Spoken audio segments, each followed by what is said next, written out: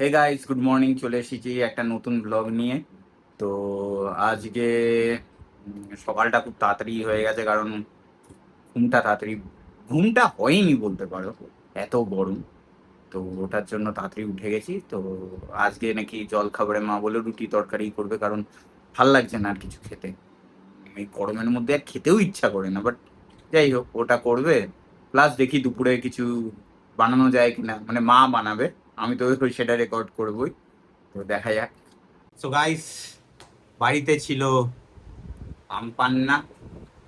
তো ভাবছি এই আম পান্নাটা পুরোটাই এই বড় একটা গামলার মধ্যে করে ফ্রিজে ঢুকিয়ে রাখবো, কারণ যা গরম, আম পান্নাটা খেলে বেশ ভাল লাগে। নিয়েছি মিছরি, 2 বোতল জল আছে, বিট নুন আছে, আর দেখিয়ে দিয়েছি আম পান্নাটা আছে।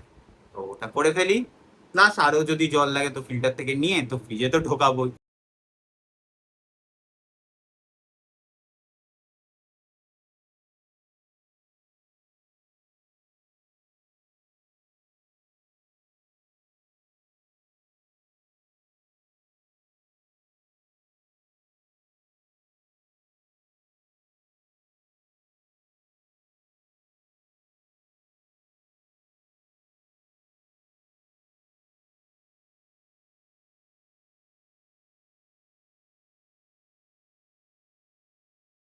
One hour later. প্রিপারেশন হচ্ছে মা?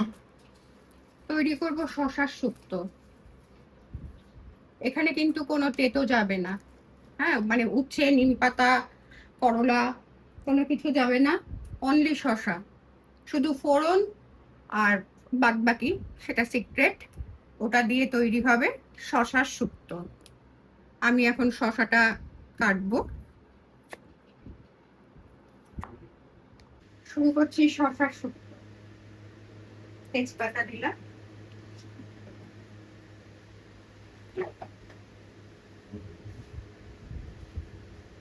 আর দেব সর্ষে কুচি।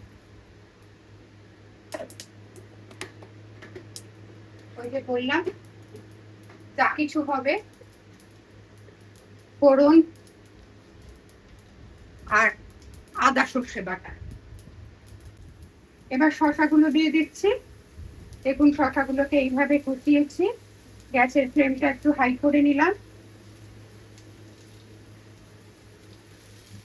এখানে আমি আদা আর সর্ষে বেটে রেখেছি। এখানে হলুদ পড়বে না, কিন্তু শুক্তোটা একটু সাদা সাদা হবে।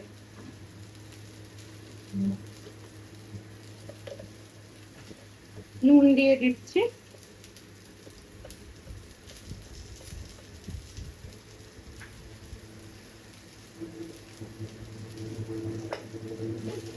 পাতাটা দিচ্ছি।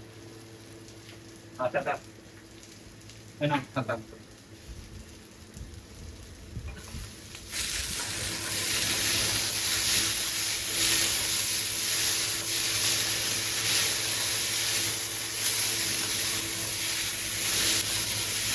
ফাইন গন্ধ ফেরেছে, তাই না রে? হ্যাঁ, সুন্দর একটা গন্ধ ফেরেছে।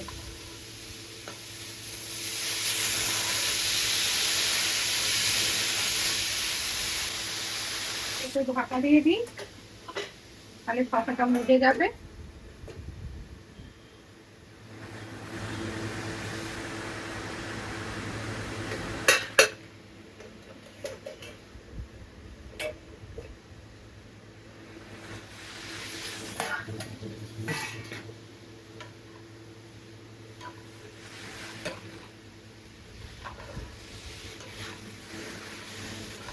ঢাকা দিয়েছি, নুন পড়েছে, শশা থেকে আপনা আপনি জল ছেড়ে বেরিয়ে আসছে।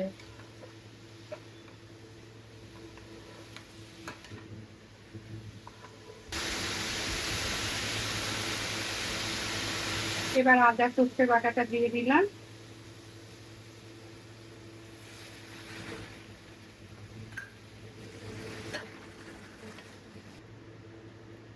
জল দিয়ে দিলাম।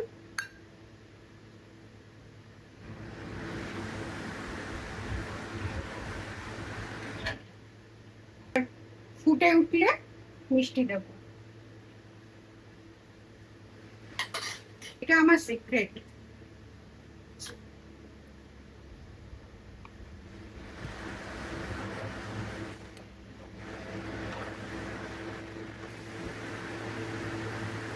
এবার এর মধ্যে আমি চিনি দিয়ে দিলাম।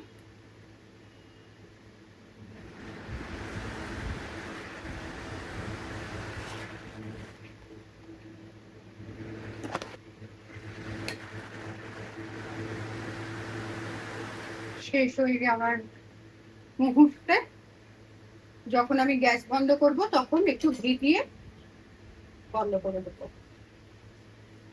আমার শসার শুক্তো ডান। গ্যাস অফ করলাম। এবার একটু ঘি ছড়িয়ে দেবো। ঘি ছড়িয়ে দিয়ে ঢাকা দিয়ে দেবো, তাতে ঘিয়ের গন্ধটাও থেকে যাবে।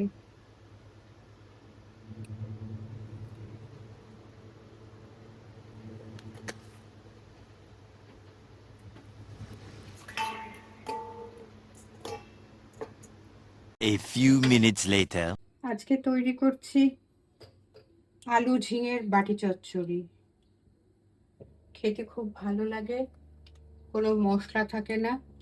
স্পেশালি এটা কিন্তু এদেশীয়দের রান্না, মানে ঘটিদের রান্না। আমার কিন্তু এখন বাঙালরাও খেতে শুরু করে দিয়েছে। কোনো মশলা থাকে না এতে।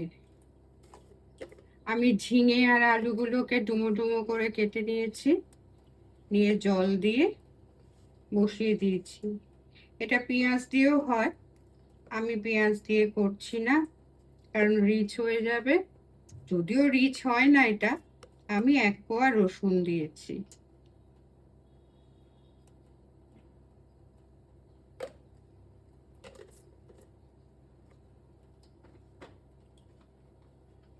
এবার হলুদ দেব।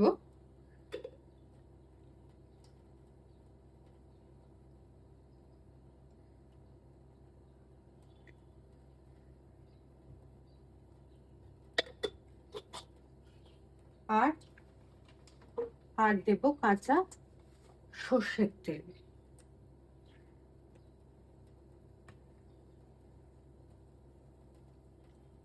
এটাই এই রান্নার মূল।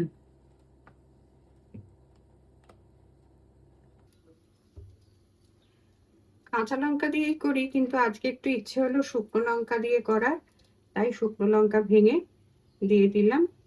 যার ইচ্ছে হবে ডলে খাবে, যার ইচ্ছে হবে না খাবে না, ফেলে দেবে। এটা আমরা খাবো রাত্রিবেলা। আমাদের সব সময় চিন্তা থাকে রাতে কি খাবো, মানে এই বেলা খাওয়া হলো তো ওই বেলার খাওয়া, ওই বেলার খাওয়া হলো তো পরের দিনের খাওয়া, মানে এটা চলতেই থাকে চলতেই থাকে। দিনের বেলা যা খাওয়া হবে রাতের বেলা তা খাওয়া হবে না। রাতে রুটি, রুটি হোক ভাত হোক তার জন্য আলাদা চাই। অতএব আমি সেটা দুপুর বেলাতেই করে রাখি, ওই রাত্রে নিয়ে বসে থাকতে আমার ভালো লাগে না। তাই এটা এবার হতে থাকুক। গ্যাসটা কমিয়ে দিলাম। ঝিঙে তো সেদ্ধ হয়েই যায়, আলুও সেদ্ধ হয়ে গেছে। এবার একটু চিনি দেবো, দিয়ে নামিয়ে নেব।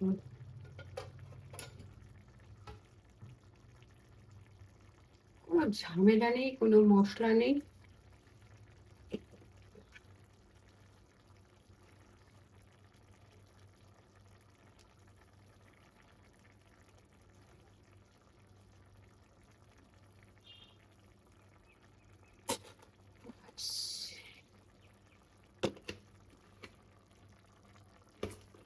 আমার বাটি চচ্চড়ি।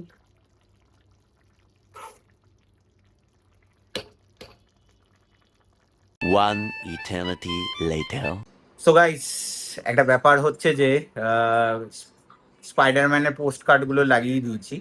তো সেটা একটা ছোট ভিডিও আমার কাছে আছে, বাট যেটা মানে আমি পরপর সাজাচ্ছি, সেই যে বড় ভিডিওটা হয়েছে ওটা কেন জানি না প্লে হচ্ছে না। আর প্লাস হলো কি ল্যাপটপেও দেখানো মানে দেখাচ্ছে না, শো করছে না যে আমি ভিডিওতে অ্যাড করব।